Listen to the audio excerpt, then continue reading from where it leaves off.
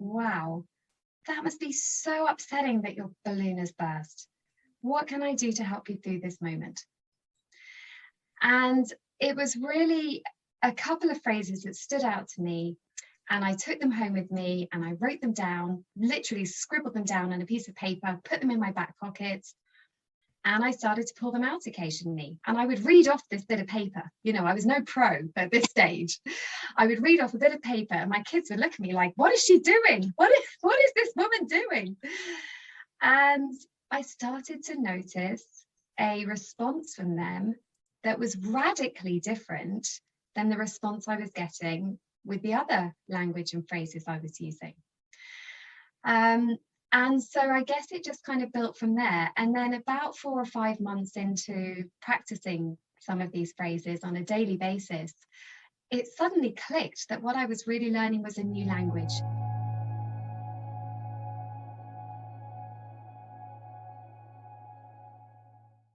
Hey, welcome back to Normalize the Conversation. Today, I am here with Ali, the founder of Fizzy Kids. Ali is a mom who wants to help other moms develop a parenting language that works best for their family. You can connect with Ali on Instagram at the Fizzy Kids.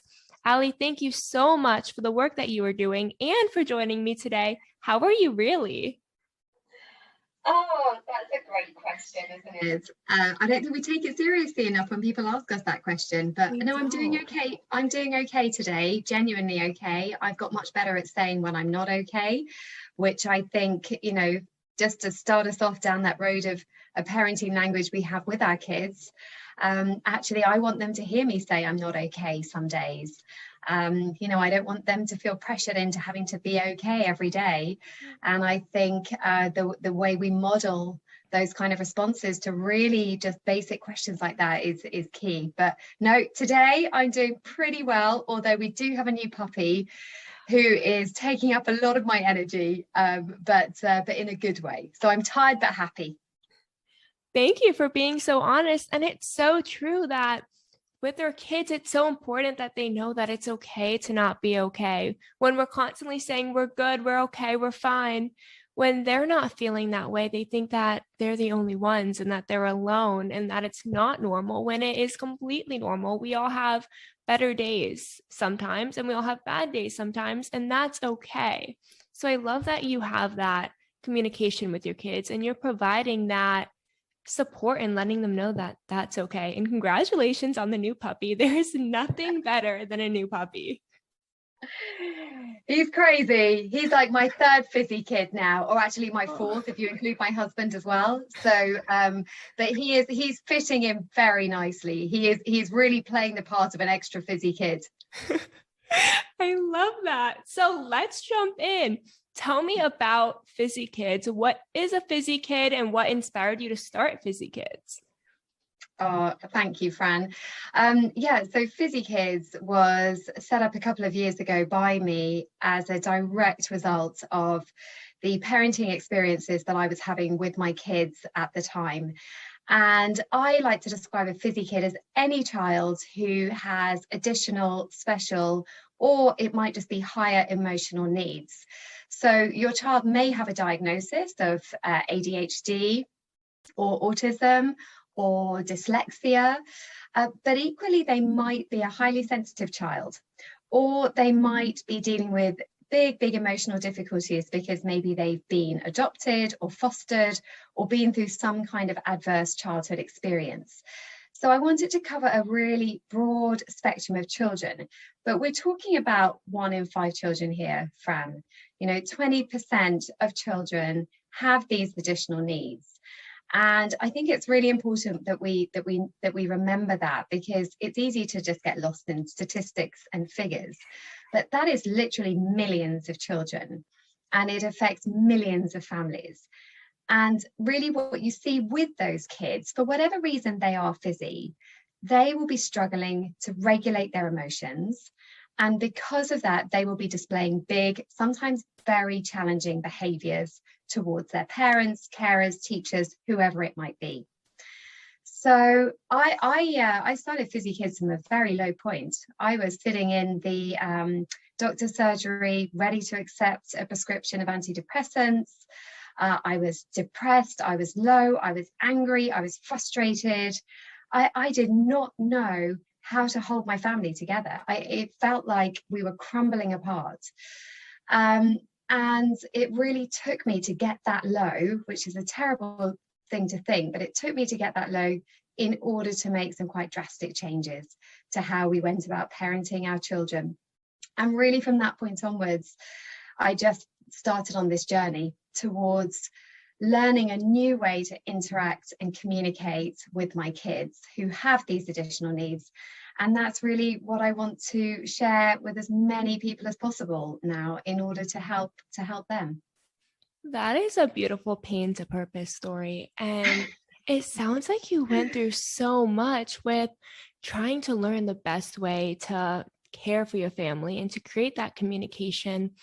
And I think it's so common that we wait until we are at our lowest to make those changes, to realize we even have to make those changes. And there are so many people who don't know where to start or what to do. And for you to figure it out for yourself and then want to help others as well is just so incredible. Well, that's really kind of you to say, Fran. Thank you. I mean, I will be honest. I think to start with, there was no thought of helping others because I knew I just had to help myself. And isn't that a good lesson in itself, that when you're in a good place, it's so much easier to help others because you've got the energy and you feel self-confident, and you have this kind of power and energy that you can then go out and share with others. But I'll be really frank with you, for a while I didn't have that. I had to just bring it back down to us, our little, 4 people in our family who really needed every ounce of my energy in order to hold us together and bring us together.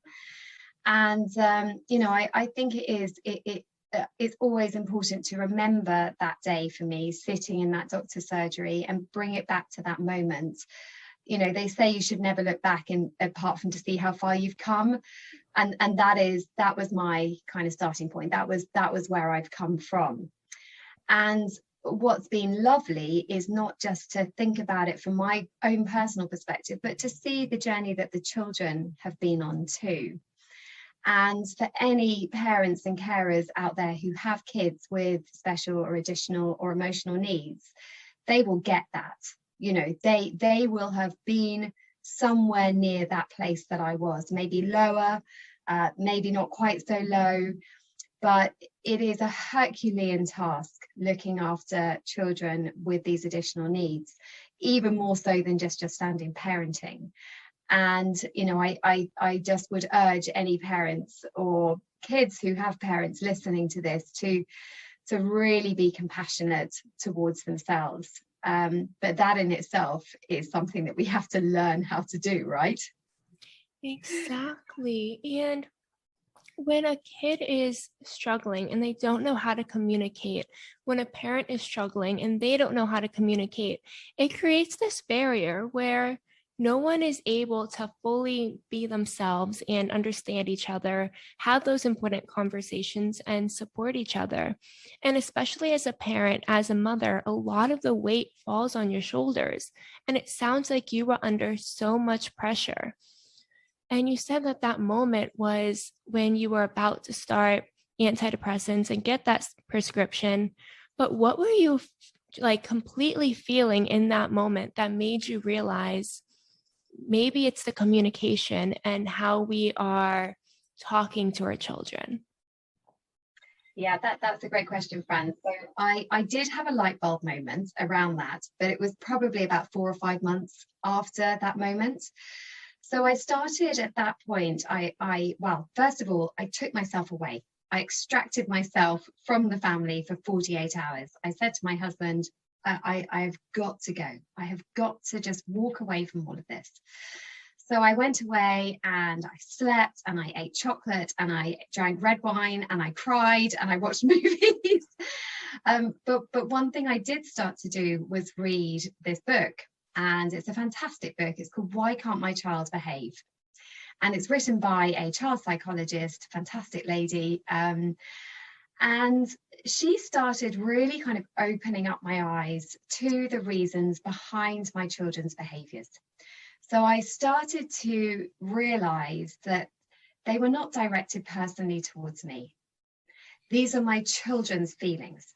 Sure, they were inducing feelings and emotions in me, but it was my children's feelings that they were struggling with so much. So I started to be able to kind of look beyond the behavior, if you like. And then in this book, she also starts to use phrases. And I read these phrases out, and Fran, this might make you laugh, and I don't mean it in any kind of negative way, but I read them and I was like, oh, this all sounds very kind of, American and therapy kind of based. Honestly, that was my first reaction. So you're going to think, God, who is this woman from Britain saying this stuff? But honestly, that's what I thought. I was like, who speaks to their children in this way? What is this kind of stuff? So I was really unsure about it, uncertain about it. And because I was just alone on my own, I started saying these phrases out loud. I was like, they sound so weird. This is just weird. I'm used to saying, don't you talk to me like that. Or, for goodness sake, pull yourself together. It's only a burst balloon. So I was just so used to kind of talking to my children in quite a short, sharp, kind of directive way. And all of a sudden, this person in this book was telling me to say things like, wow, that must be so upsetting that your balloon has burst. What can I do to help you through this moment? And it was really a couple of phrases that stood out to me. And I took them home with me and I wrote them down, literally scribbled them down on a piece of paper, put them in my back pocket. And I started to pull them out occasionally. And I would read off this bit of paper. I was no pro at this stage. I would read off a bit of paper and my kids would look at me like, what is she doing? What is this woman doing? And I started to notice a response from them that was radically different than the response I was getting with the other language and phrases I was using. And so I guess it just kind of built from there. And then about 4 or 5 months into practicing some of these phrases on a daily basis, it suddenly clicked that what I was really learning was a new language. It was a bit like learning French or Spanish or German. They say you learn a new language, and it changes your thoughts. And really, these phrases and these words and this language was changing the way I was thinking about the relationship I had with my kids. And you could see the response it was having.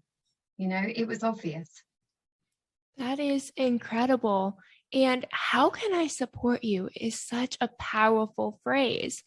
And it's so common, especially with kids, when they react in kind of a way that we see dramatic, like the balloon bursting. To us, that seems so silly. Like, why are you crying? But in reality, that is so important to them. And we are so quick to just invalidate them. And it's not because we want to invalidate them. It's because that's kind of how we're taught. When our parents say it to us, we take that in and then it cycles. And there is no real guide to being a parent and what you're supposed to do and what you're not supposed to do. So it becomes really difficult. Is this how I discipline? Am I supposed to be focused on discipline? Am I supposed to be focused on being their friend? How do I balance that line and where to be? And when you change that conversation from grow up, stop crying, get over it, to how can I support you? This is really hard time for you. And I understand that. And I'm here for you. Letting the kids know that it's okay to cry. It's okay to be upset. It's okay to feel. And someone's there to support me.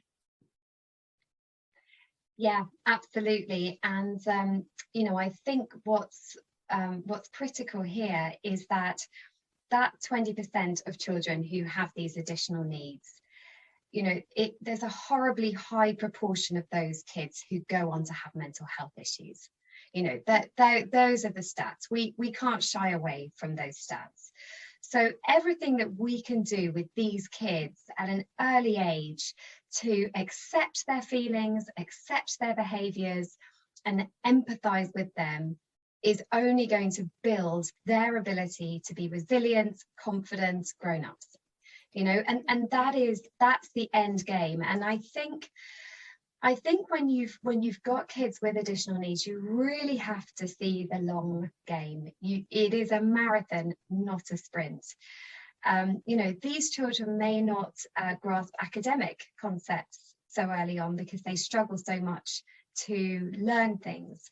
They might be struggling with sport because their coordination is taking longer to develop.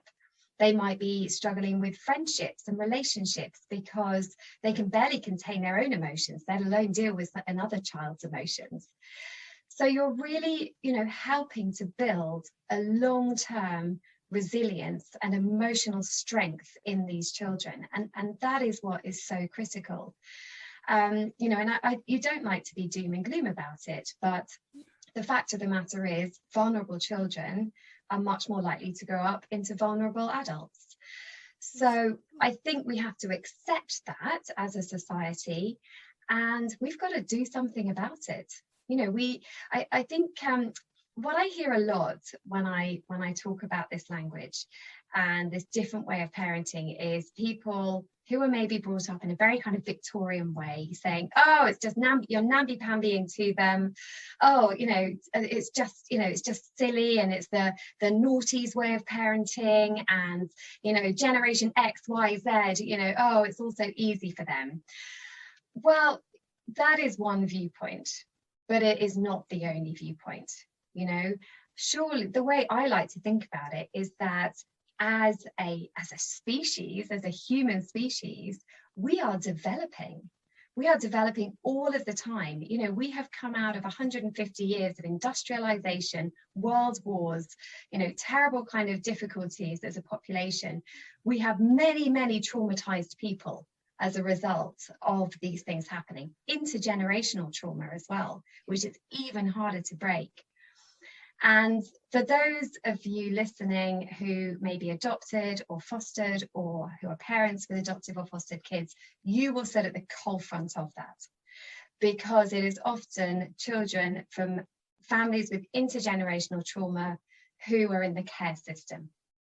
And these children need a radically different approach to parenting and caring for them. You know, we have to take account of their trauma. They are not kids who can respond to rewards or threats or consequences, because they do not have the ability to regulate or modify their behavior because of a threat or a consequence or a reward. They don't have that ability. It's a can't, not a won't. You know, and it's very easy to see these children as naughty, you know, or as the ones who are always getting into trouble, or they don't say the right things, or they're unkind, or they're bullies. But really, we have to start looking beyond that and asking what is at the root of those behaviors. Exactly. You brought up so many amazing points. First of all, children who do grow up in vulnerable homes, or who are a vulnerable child, are a lot more likely to deal with a mental health issue or condition or symptoms later on. And we assume that children are resilient. But if so many children are resilient, why are so many adults in therapy? That's such an important thing to realize, as well as the fact, at least in the US, I know that suicide is the second leading cause of death from ages 10 to 24. We have to reframe the way that we are talking to children, because they are struggling. They are genuinely struggling, even if we don't see it, even if we don't realize it, even if it seems like what they're upset about is something small in the grand scheme of things. Maybe it is to us, but to them, that's their whole world. And it's so important to realize that and start providing that support. And then you went into generational trauma. And that is a huge piece, because like you said, in the past 150 years, so much has changed. A lot of our grandparents were in World War II or were born during that time. And that is a lot of trauma. And then they raised kids with that trauma that they were carrying. And now those kids inherited that generational trauma. And it's continuing a cycle, because mental health treatment is so inaccessible because it's so hard to get in with a therapist. There's this giant stigma. A lot of people don't get the help or support that they deserve. They might not even realize that they have trauma. So then raising kids, we raise them the same way that we were raised. And it's that continuous cycle of invalidation. And again, it's not something that we choose to do. It's just what we're taught and what we're used to. So that generational trauma is continuing, and we're just assuming that they're resilient and that the way we're raising them is making them more resilient. But instead, it's almost breaking them because they have to hold everything inside until one day it comes out in a very difficult way. Yeah, absolutely. And I think it's very important. I'm talking from a parental point of view, but I have children who are 8 and 10 and who have already had mental health breakdowns as a result of their adverse childhood experiences that they suffered, and then the demands that society places on them, both in an educational system and in a kind of social setting too. So, and when you are a parent watching a child going through a mental health issue, it is debilitating. It is absolutely mind-blowingly painful to see and watch them dealing with that. And I think we have to recognize that as well. So I agree with you, Fran. I think access to timely therapy is critical. And the problem is that you don't generally pick up the phone to a therapist when things are going well, right? I'm thinking of my son just 6 months ago, who post-COVID had a massive breakdown as a result of having to go back to school full-time again. And we needed help, and we needed help right then. And you pick up the phone to a psychologist or a psychiatrist, and they're like, well, I have a 4 or 5 month waiting list. Yeah. So timely access to therapy is critical. But I also think that, whilst we're providing access to therapy to the children, it is so important for us to provide a support network to parents whose children are going through that. Because what I've noticed is that as the parent, you're often the last to fall. So you hold it together and you hold it together. And particularly with all the kind of therapeutic parenting training that I've had and the language that I use, I work so hard during those times to do what I can to support my kids. And then I always notice 2 or 3 months down the line, I literally drop half dead. I mean, that is no joke. Back in kind of May this year, I had to stop everything. I was crying nonstop and I couldn't concentrate on my work. And I felt I was had really high anxiety. I had a couple of panic attacks where I was extremely short of breath. But by then, the kids and everyone else has started to get better. So when we're thinking about how can we help kids, of course there's the proactive piece, isn't there? There's how we're talking to them, how we're developing that resilience, both as their parents, teachers, sports coaches, whatever. But then there is also that reactive help that's needed, timely access to therapy for the kids, and a way to really put in place some seriously good scaffolding around the family whilst they're going through that, so that you don't get to the end of it and actually, child's therapy has moved on, but actually the parents' therapy then has to start. So I just wanted to kind of make that point, because I quite often speak to parents with blocked care issues, or who have basically having emotional breakdowns because of the support they've been providing their kids who've also had mental health breakdowns. It is really hard, like you said, as a parent, to watch your kid fall apart and not know how to help them, and to feel helpless because there's only so much you can do. Yeah. And I know for me, my parents had no idea what to do. When I ended up in a psych ward, they felt like it was their fault. and they didn't know how to support me and what could they have done differently. And they just felt broken, and it took a massive toll on them. And parents need that same support that they give to their kids, that they give to their loved ones, because you can't pour from an empty cup. When you take everything inside of you and you give it to everyone else, you will fall apart. And to know that you also deserve support, and being able to recognize that going to get therapy for yourself and getting that support does not make you a weak parent or does not make you a bad parent. It helps you be the best parent that you can be, because when you're falling apart, how can you be there for your kids?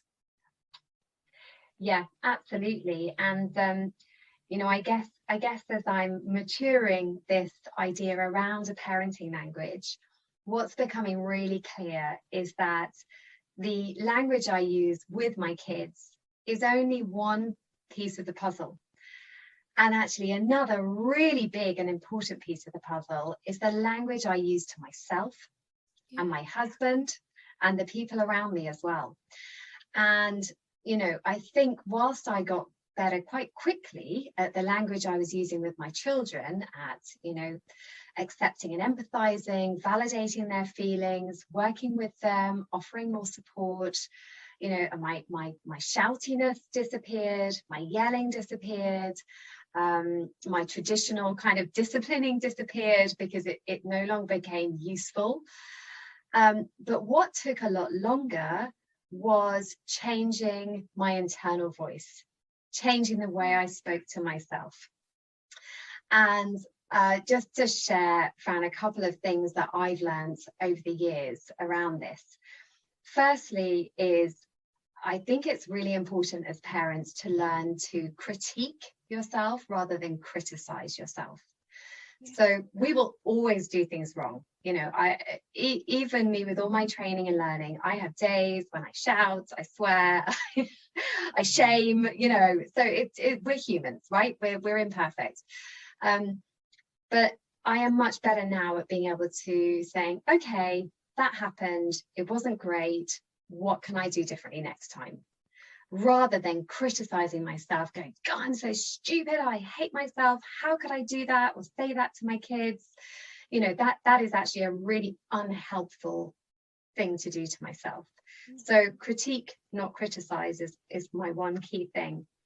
And the other key thing is not to let my shame get me down. So I've learned through this process of developing this way of speaking to and interacting with my kids that actually my immature emotion is shame. I am really, really bad at dealing with shame inside of me. And so if there's been a big meltdown in public or at school and lots of people have witnessed it, and I've got all these mixed emotions around it might be my fault, or how could my child do that to me, or whatever the horrible feelings are inside, my shame emotion kicks in and kicks hard. And again, over the years, I've had to learn to get better at talking to myself kindly around that. And Brené Brown, amazing woman when it comes to talking about shame. And I think the one thing that I took from her and kind of work I've done around it is the importance of not letting your shame make you feel small.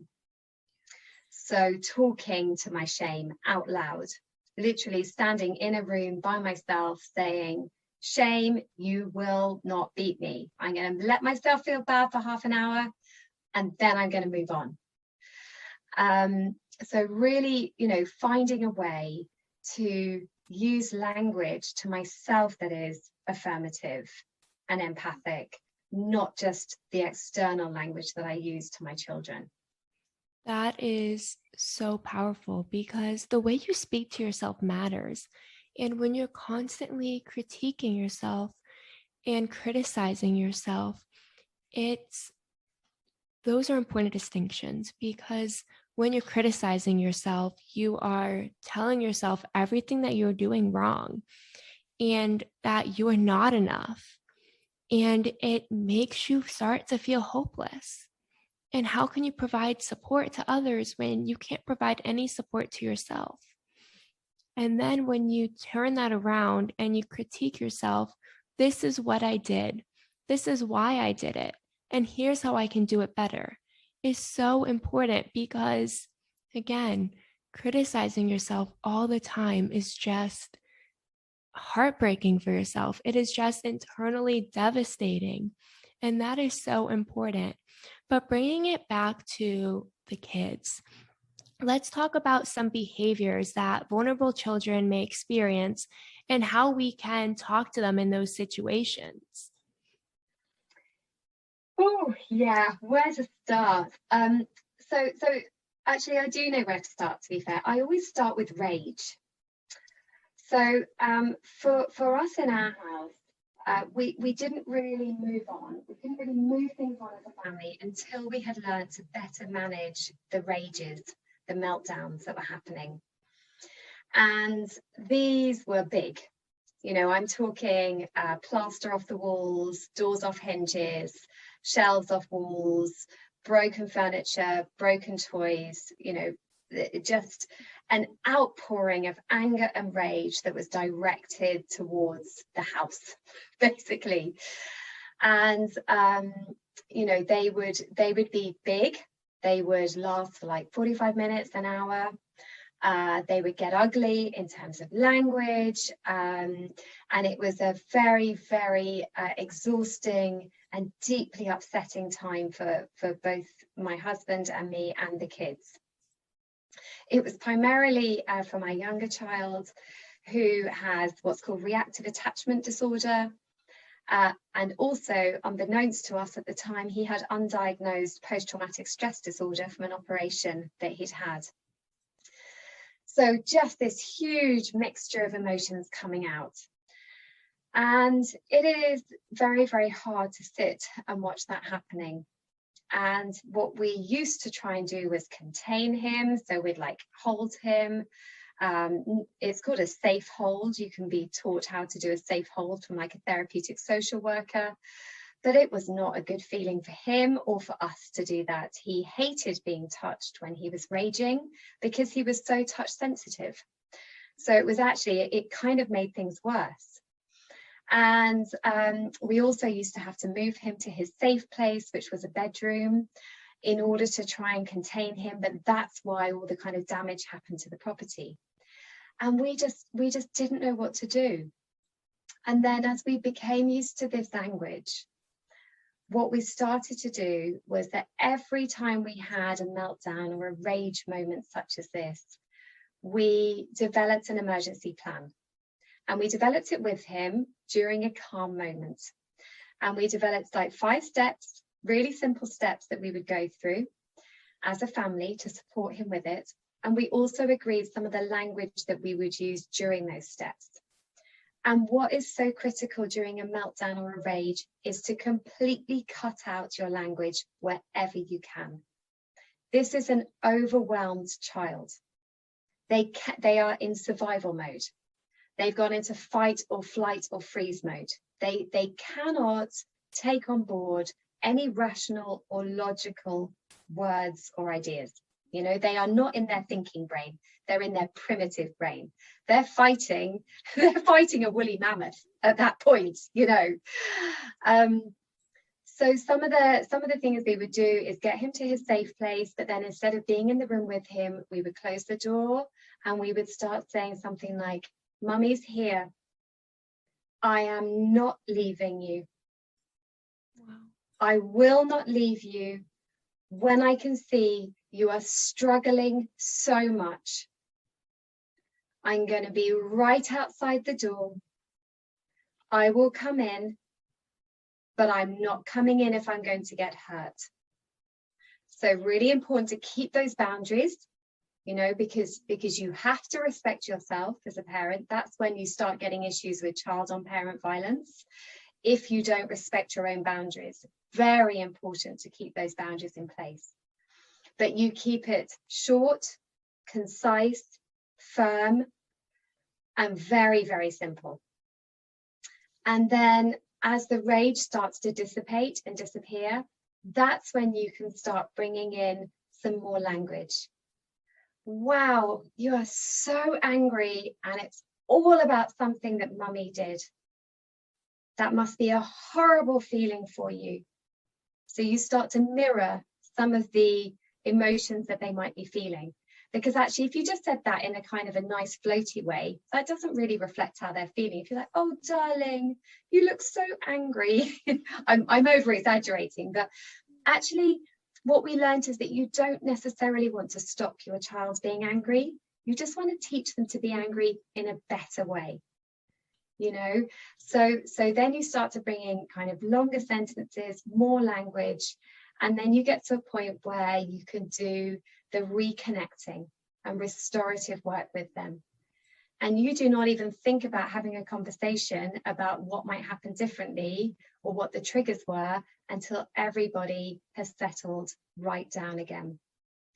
And I guess the hard thing, Fran, and I will be totally honest with anyone listening here, is that when you have a child with such deep emotional trauma or challenges, you may have to do that every time they have a rage for 3, 4, 5 months before you start to see a change. But you do see a change. It does start to come down.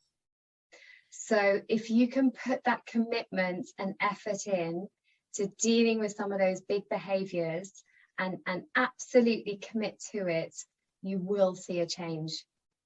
That is incredible. And I love the list of 5 things that we can do and coming up with that as a family. And knowing how we can support our children is so important, because when they feel supported, it's a lot easier for them to start to learn how to overcome it and how to cope. Because when you don't feel supported, you don't feel like what you're feeling is valid. And that creates more anger and more pain. And then the part of respecting your boundaries as a parent and keeping yourself safe, that is also very important, because we tend to want to do everything we can for our kids. But there has to be a line of how to keep ourselves safe and respect ourselves so that we can be there for our kids without getting that overwhelming sense of anger towards them for behaving the way that they are. So as a parent, what advice do you have of where you can start so that you can start developing that parenting language that works for your family? Yeah, I think that's a great point, Fran, because different things will work differently for different people in different families, and I'm always very honest about that. But I think for me, it's picking 4 or 5 phrases that you can just start to practice and start to become familiar with and start to just use. So I literally used to pick 1 phrase a week. The phrase I started with, like I said, it was around the anger side, and it was something along the lines of, wow, you're so angry right now, and it's all about something mummy's done. Oh, it's okay to feel angry. I think I would feel angry if someone didn't let me have an extra biscuit. So literally picking 1 phrase, whatever it might be, and just keeping on going with it. And just seeing what the reaction is from your children. Or it might be a really, really simple phrase like, I wonder. So the brilliant thing about I wonder is you're giving your child a chance to respond and to put into words, to verbalize their feelings. But you're also giving them ideas, because a little child, a 4, 5, 6, 7-year-old child, might not really be able to express how they're feeling.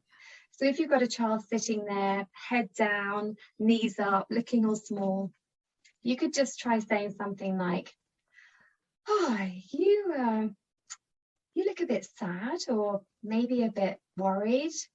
I wonder if it's about your play date later on. No, not about your play date. Okay. I wonder if it's about your spelling test that you have on Monday at school. Oh, okay. It's your spelling test. I can imagine that's scary. What can we do to help? So using I wonder to draw out what the real problem might be is a fantastic one for problem solving. And then there's a couple of others that people will find on my website as well. I know you're going to put the details up, Fran, but I'm thinking specifically around something like, I would like you to. I would like you to turn the TV off and come to the table for dinner. So the beauty of I would like you to is that it's a command. It's not a question. You're not giving them a choice. It's a command, but you're saying it in a respectful way, and you're giving them a chance to respond. Now, if they didn't respond to that, you could say something like, I would like you to turn the TV off and come to the table. It's important because otherwise our dinner would go cold. So you can start adding bits onto it.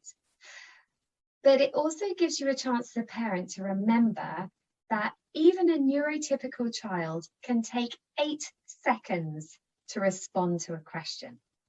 It takes 8 seconds for them to process a question and react to it.